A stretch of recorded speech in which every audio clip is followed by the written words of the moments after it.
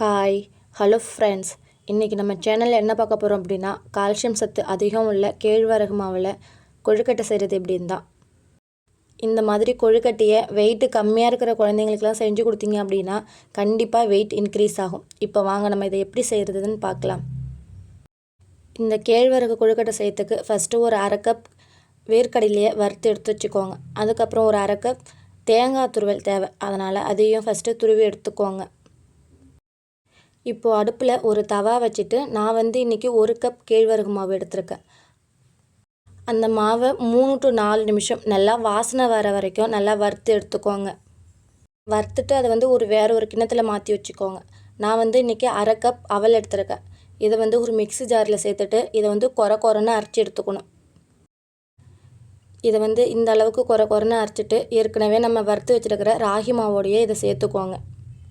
நம்ம ஏற்கனவே வறுத்து வச்சிருந்த வேர்க்கடலையில் தோலை எடுத்துகிட்டு ஒரு அரை கப் வேர்க்கடலையும் மிக்ஸி ஜாரில் சேர்த்து அதையும் கொரன்னு அரைச்சி எடுத்துக்கணும். நம்ம அரைக்கும்போது ஒரு சில வேர்க்கடலை முழுசாக இருந்தாலும் பரவாயில்ல, அது நம்ம கொழுக்கட்டை சாப்பிடும்போது நல்லாயிருக்கும். அதனால் இந்த அளவுக்கு கொரன்னு அரைச்சி எடுத்துக்கோங்க. இதையும் ராகி மாவோடு சேர்த்துட்டு ஒரு பிஞ்சு சால்ட் எடுத்துருக்கேன்.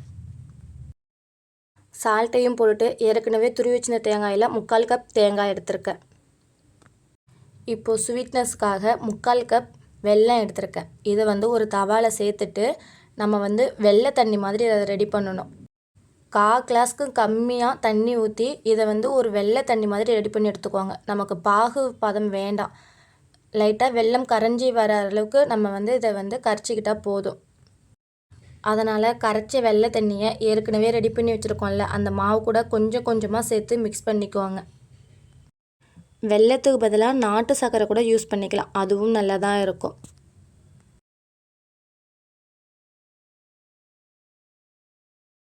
நம்ம கலந்து வச்சுருக்கிற மாவுக்கு இந்த வெள்ளை தண்ணி கரெக்டாக இருக்கும். அதனால் தண்ணி கொஞ்சம் கொஞ்சமாக சேர்த்து நல்லா மிக்ஸ் பண்ணி எடுத்துக்கணும். நம்ம இதில் தேங்காய், வெல்லம், ராகி, வேர்க்கடலை, அவல் இதெல்லாம் சேர்த்து செய்கிறதுனால கண்டிப்பாக இது ஒரு ஹெல்த்தியான ஃபுட்டாக தான் இருக்கும்.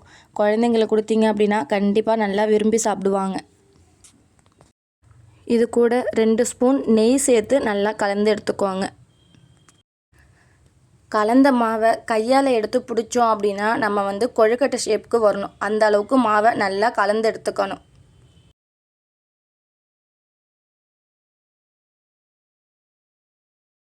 இப்போது கலந்த மாவு எல்லாத்தையும் மீடியம் ஷேப்பில் கொழுக்கட்டையாட்டம் செஞ்சு வச்சுக்கோங்க.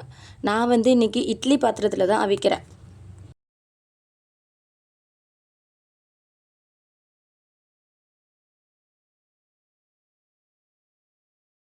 பத்து to 15 நிமிஷம் நல்லா வேக வச்சு எடுத்தீங்க அப்படின்னா நம்ம ராகி கொழுக்கட்டை ரெடி ஆகிடும்.